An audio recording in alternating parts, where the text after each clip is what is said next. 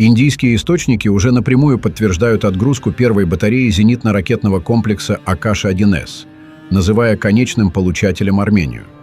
В настоящее время неизвестно количество батарей ЗРК «Акаш-1С», которые Армения планирует разместить на своей территории.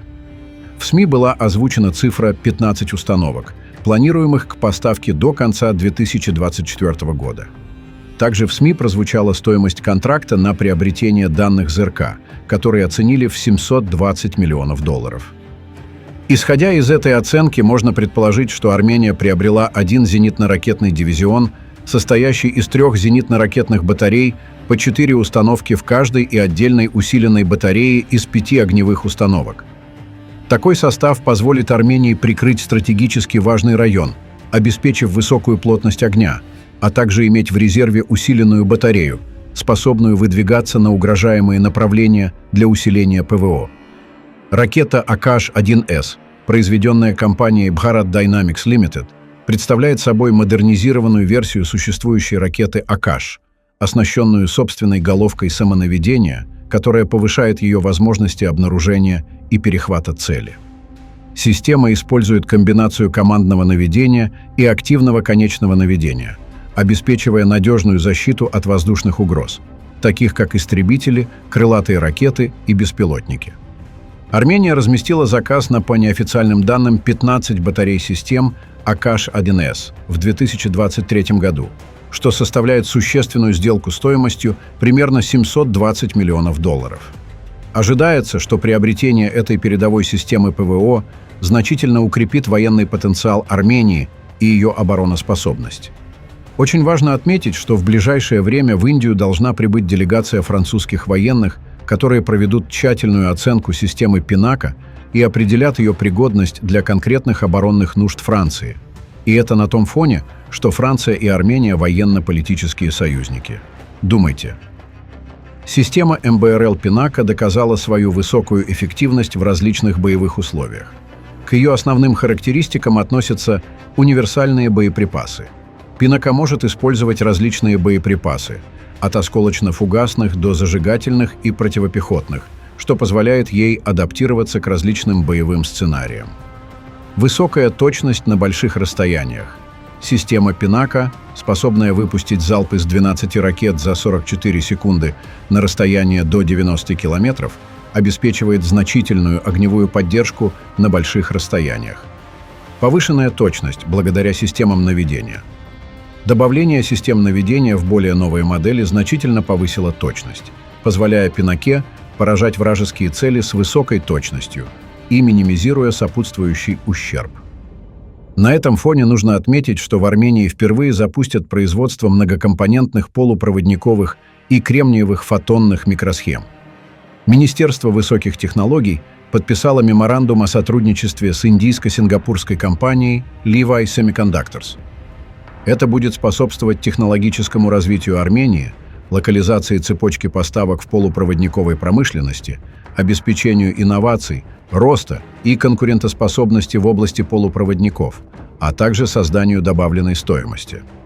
Армянское министерство готово поддерживать проект, в частности научно-исследовательские инициативы, направленные на стимулирование инноваций в полупроводниковых технологиях, реализацию программ по развитию способностей сотрудников, а также выход на международные рынки и установление возможного сотрудничества с заинтересованными партнерами.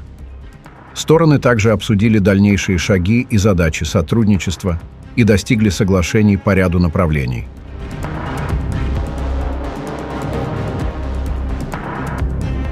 Международный суд ООН отклонил возражение Баку в рамках дела «Армения против Азербайджана» касательно применения Конвенции о ликвидации всех форм расовой дискриминации. В Гаагском суде Армения обвиняет Азербайджан в преступлениях, совершенных против армян, включая убийства, пытки и бесчеловечное обращение. Азербайджан подал встречный иск против Армении.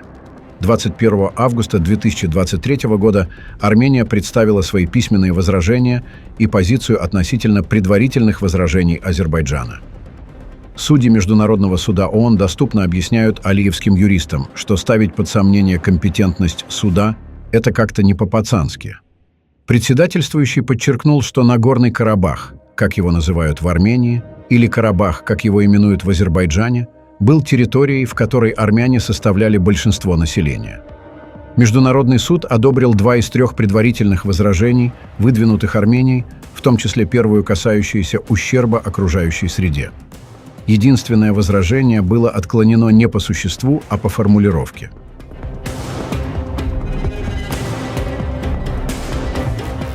Пиар-тусовка Алиева только началась, а уже стала самой скандальной в истории климатических саммитов. Точнее, она стала таковой задолго до самого события. Алиев на пиар-тусовке не нашел ничего лучше, чем наехать на США. Обвинять нас в том, что у нас есть нефть, то же самое, что обвинить нас в том, что у нас 265 солнечных дней в году. Азербайджан добывает 0,9% мировой нефти и 0,7% мирового газа. Но фейк-медиа из страны, занимающей первое место по добыче нефти в мире, называют нас «Петростейт». Это некорректно и несправедливо. Алиев опять включил дурочку. Нефть есть у многих, но далеко не у всех есть такой беспредельный диктаторский режим. Арабские нефтедобывающие страны тоже не идеал демократии, но у них либо есть выборы и сменяемость власти, например, в Ираке, Алжире, Ливии, либо официальное престолонаследие, например, аравийские монархии. Такой псевдодемократической химеры, как на Абшероне, в регионе больше нет. Разве что Туркменистан, но он хотя бы ни на что не претендует, ни к кому не лезет и не пытается натянуть авторитарную сову на демократический глобус. Дело не в нефти, Алиев, а в твоем квазимонархическом диктаторском КГБ-стайл строе. Демократия не новогодняя елка. Ее за деньги не купишь и перед фасадом не поставишь. Так бывает, когда сущность принимающей стороны не соответствует не только заявленной тематике, но и не отвечает ни одному из критериев демократической страны. Авторитарные режимы тоже бывают разными, но алиевский режим даже на их фоне выглядит чудовищно. Напрасно Алиев впрягся в это, хотел всемирный пиар, а получил игнор от большинства демократических стран. Отметим, что иранский КСИР вновь предупредил Алиева. Алиев недавно заявил, что Армения должна сложить оружие, в противном случае их ждет тяжелый конец. Об этом говорится в сообщении Корпуса стражей Исламской революции.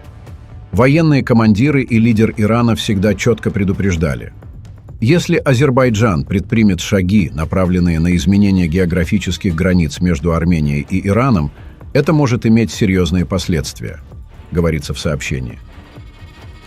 Пишите ваше мнение в комментариях и подписывайтесь на наш канал, чтобы не пропускать самые актуальные новости мира.